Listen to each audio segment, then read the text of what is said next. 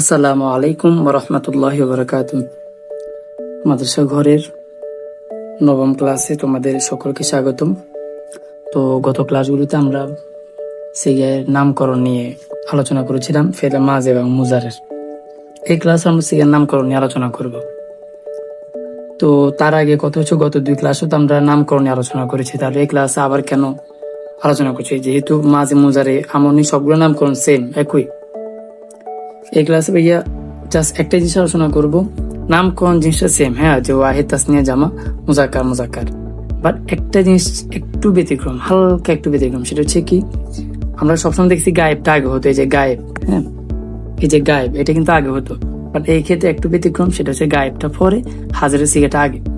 এটা হচ্ছে নিয়ম আরবি ব্যাকরণে। এটা একটা ব্যতিক্রম যে আমরের সিগার ক্ষেত্রে, হ্যাঁ, আমরের সিগার ক্ষেত্রে জাস্ট এই হাজারটা আগে আসে, গায়েবটা পরে।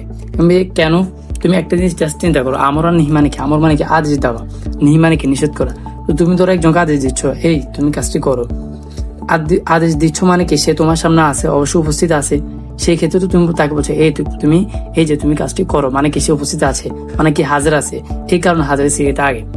এগুলো ইস্তেমালে বেশি হয়, ব্যবহারে বেশি হয়। এতটুকু বুঝে রাখো যে এগুলো ব্যবহারে বেশি হয়, এই কারণে এই যে আমর সিগাগুলা আগে আলোচনা করা হয়। তো তোমরা শিকার সময়, আমর নিহি শিকার সময় যখন আমরটা নিহিটা একসাথে আমি দিয়ে দিয়েছি এখান থেকে, ইফ আল লাতাফাল, তোমরা প্রথম আমর গুলা দিয়ে শিখবা যে হাজারের সিগাগুলো আগে হয় আর গায়েবের সিগাগুলা পরে হয়। আর মুতাকাল্লাম তো মুতাকাল্লাম লাস্টে থাকবে। এটা তুমি তো একদম লাস্টে, প্রথমে তোমার চাচারা থাকবে, ঠিক আছে?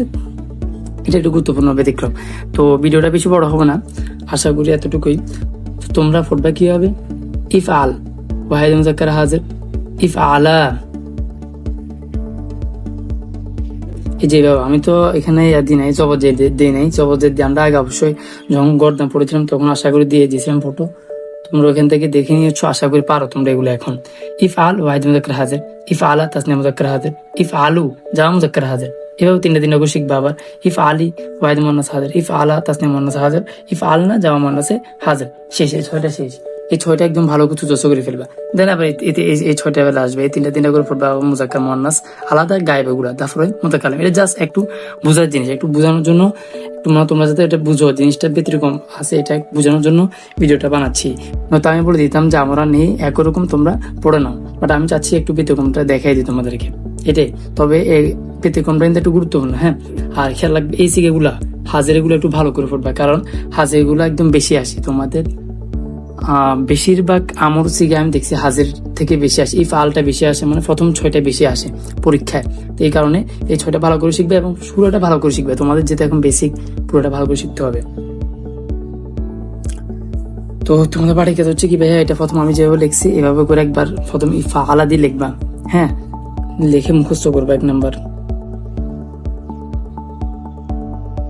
মুখস্থ করবা। 2 নাম্বারে এটাকে দাখলা, দাখলা দিয়ে একবার লিখবা, মানে উদখুল, উদখুলা, উদখুলু, এভাবে করে সবগুলো শিখে লিখে তারপরে এটা লিখবা। তারপরে কি দিয়ে লিখবা, ফাতাহা দিয়ে, অর্থাৎ কি ইফতাহ। এটা আমার সিগে কি